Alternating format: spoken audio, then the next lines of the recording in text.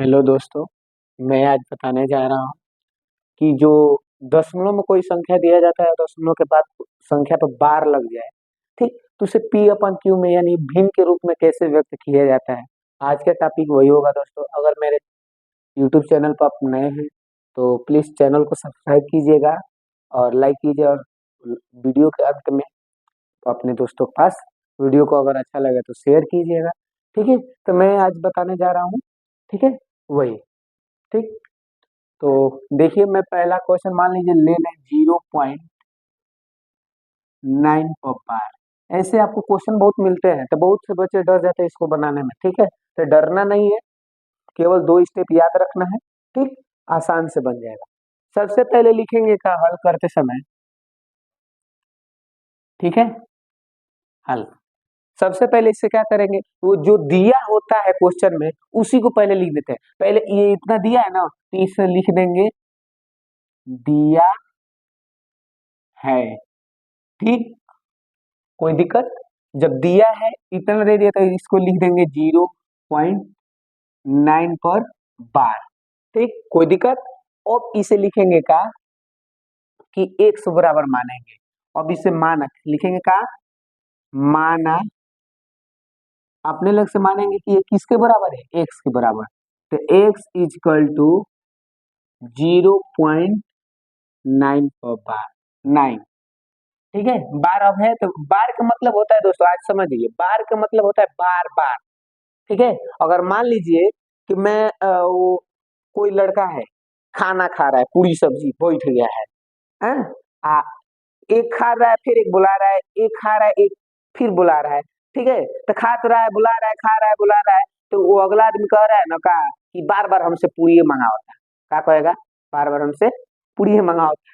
ठीक, तो वैसे ही है, बार बार का मतलब की संख्या वो बार बार आए, तो ये संख्या 9 के बार का मतलब है संख्या क्या है, बार बार आएगी। कितने बार, इसकी कोई ज्ञात नहीं, किसी अनंत बार।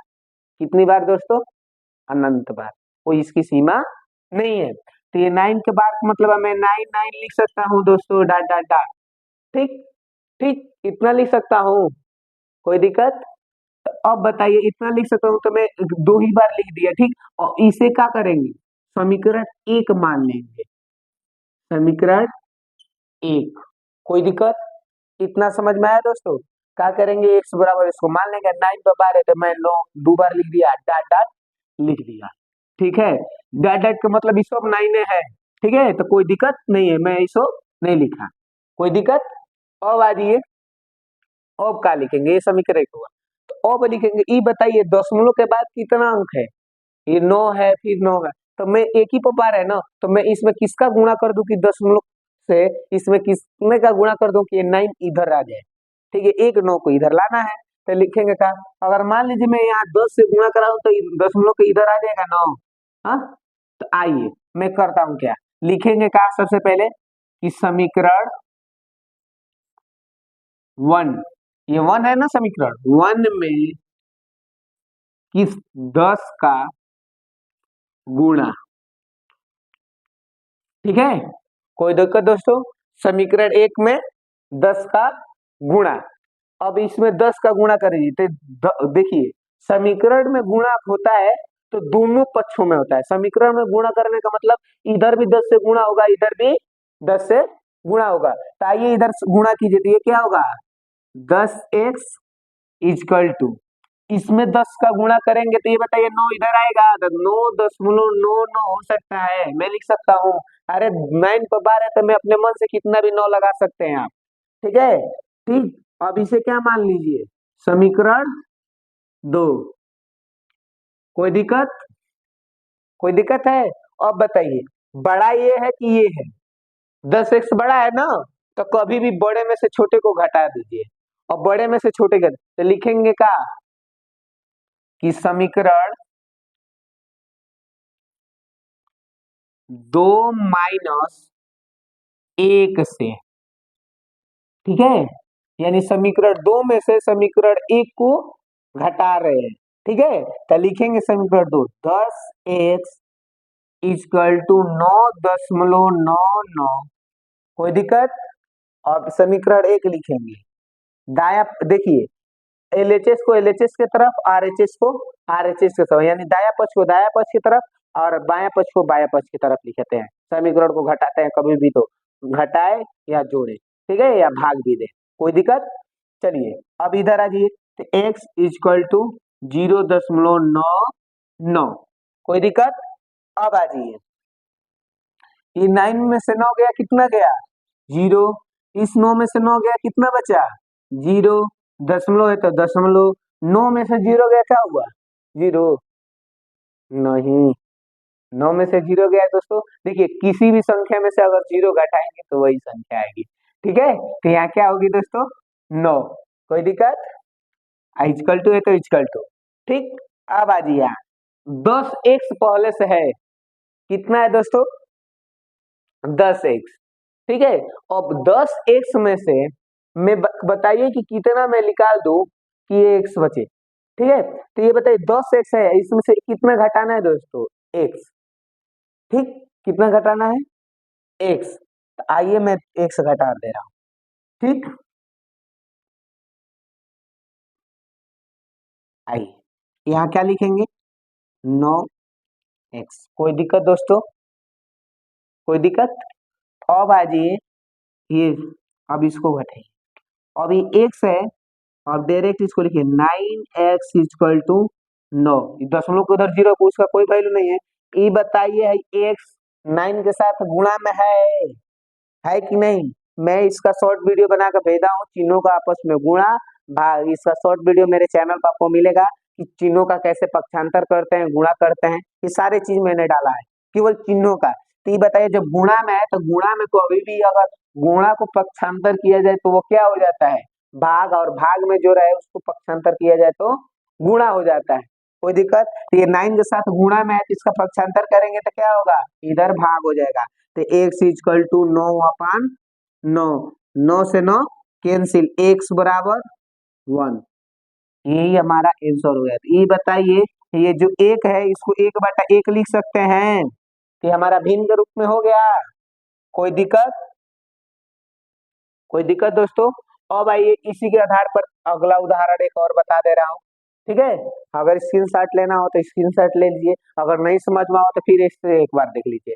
मैंने सबसे पहले क्वेश्चन दिया है क्या कि 0.9 पर बार को भिन्न के रूप में व्यक्त कीजिए, ऐसे क्वेश्चन मिल जाएगा, या भिन्न के रूप में व्यक्त कीजिए, या p/q के रूप में व्यक्त कीजिए, या ठीक है, या परिमेय के रूप में व्यक्त कीजिए, कोई भी कुछ भी कर सकता है, ठीक है। तो यही नहीं है कि क्वेश्चन एक ही तरह से देता है, क्वेश्चन घुमा कर भी देता है, ठीक।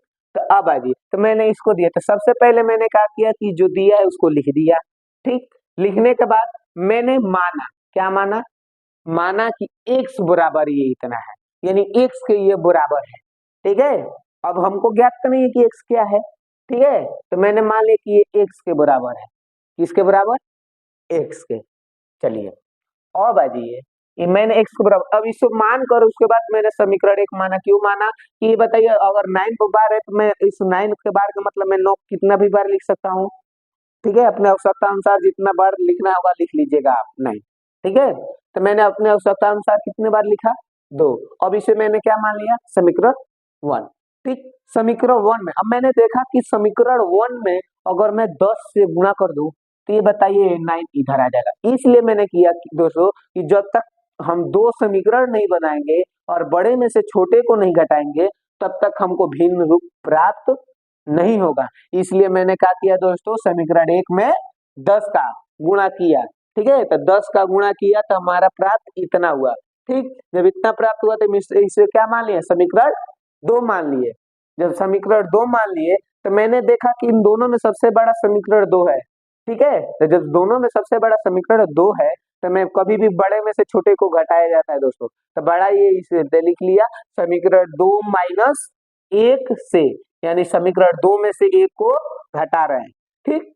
अब बताइए समीकरण 2 की जगह पर समीकरण 2 लिख दिया और 1 के 1 लिख दिया, ठीक, लिख दिया, ठीक। अब देखिए दाया पक्ष को कभी भी दाया पक्ष के साथ लिखा जाता है और बाया पक्ष को बाया पक्ष के साइड, ठीक है। तो अब मैं दाया पक्ष को दाया पक्ष के साथ घटाऊंगा, बाया पक्ष को बाया पक्ष के साथ घटाऊंगा, ठीक। तो 10x में से मैं x घटाइए तो 9x बचेगा, इक्वल टू, ठीक। 9 में से 9 गया देखिए तो जीरो, 9 में से 9 गया तो जीरो, मैं घटाया हूं तो अब यहाँ 9 में से जीरो घटाया तो मैं क्या बचा दोस्तों, जीरो। ठीक, अब इसको मैं 9x=9 लिख दिया। और मैंने ये बताया कि ये गुणा में है, तो मैं इसका अभी इसे अब पहले भी बताया हुआ हूँ कि इसका जो तीनों का गुणा है भाग है, ठीक है, पक्षांतर है। इसको शॉर्ट वीडियो में मैं डाला हूँ। मेरे चैनल का नाम basic education classes by S के प्रजापति है। इस चैनल पर जाइए और जाकर शॉर्ट वीडियो में देखिए कि ये आपको मिलेगा, ठीक है, तीनों का आपस में गुणा भाग, ठीक, सब चीज मिलेगा। ठीक, अब देखिए, अब मैंने लिखा, अब यहाँ x के साथ ये गुणा में है तो ये गुणा में, तो इधर आएगा तो क्या होगा दोस्तों, भाग। तो 9 x=9/9, 9 से 9 कैंसिल, x क्या है दोस्तों, 1। कोई दिक्कत? अब आइए मैं अगला एक और बता रहा हूँ।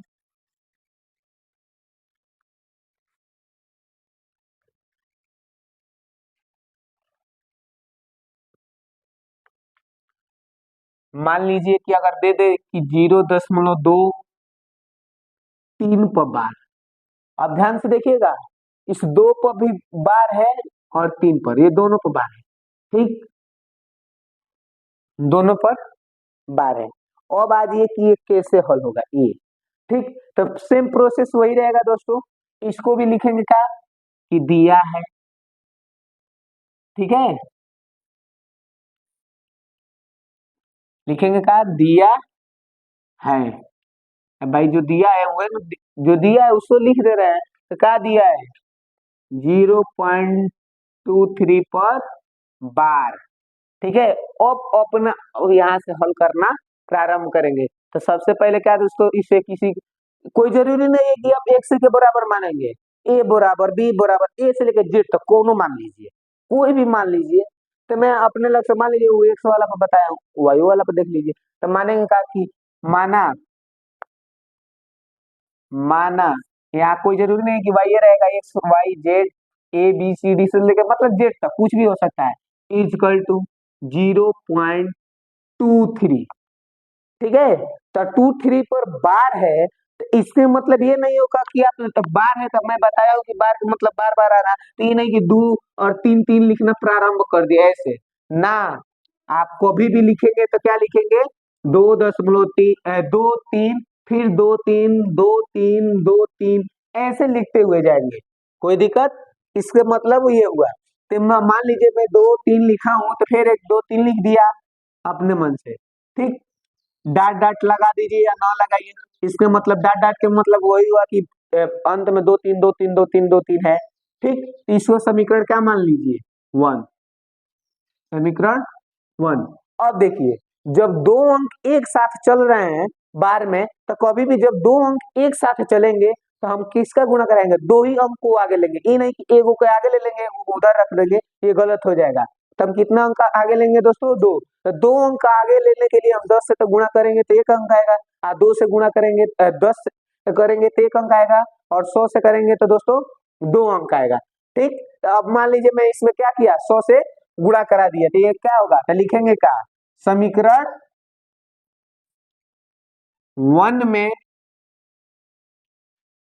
ठीक, 100 से गुणा, ठीक है। अब गुणा कराइए तो ये 100y होगा, आइए 23.232, ठीक है। अरे एक दू चल गया, दू है तो इसके बाद भी तो मैं लिख सकता हूँ, बार है तो इसलिए लिख दिया। अब इसे समीकरण का मान लीजिए 2, ये एक है था, ठीक है, ये 2 हो गया। अब बताइए बड़ा हो गया छोटा हो गया, अब देखिए घटाइए, किस में से किसको घटाएंगे, बड़े में से छोटे को, तो लिखेंगे का समीकरण 2 माइनस समीकरण 1 से, ठीक है, कोई दिक्कत? लिखिए 100y इजकल टू 23.2323, ठीक। इधर लिखेंगे y इजकल टू 0.2323, कोई दिक्कत? अब घटाइए, ये बताइए, ये तो पूरा जीरो हो जाएगा, सेम सेम है, ठीक है। दशमलव, 3 में से जीरो गएगा क्या होगा, 3 ही होगा, ये तो 23 से, यानी 23 बच गया। 100 में से y गया, यानी 100 गो y है, आई एगो y चला गया, यानी कहने का अर्थात ये है कि आपके मान मान लीजिए आपके पास 100 गो आम है, को गो आम, 100 गो, उसमें से एगो आम खराब हो गया तो को गो आम बचा? 99 गो। उसी प्रकार अगर मान लीजिए 100 वाई है तो उसमें से एगो वाई निकल गया तो कितना वाई बचे दोस्तों? 99 वाई। तो लिखेंगे का 99 वाई। अब देखिए, अब लिखेंगे का 99 वाई इक्वल टू 23। दशमलव के बाद 00 का कोई मतलब नहीं है, ठीक। अब बताइए, अब यह 99 इसमें क्या है, गुणा में है, इधर आएगा तो भाग में होगा कि नहीं होगा? होगा। तो लिखिए y बराबर 23/99, ये हमारा भिन्न के रूप में हो गया। ये हमारा आंसर। कोई दिक्कत?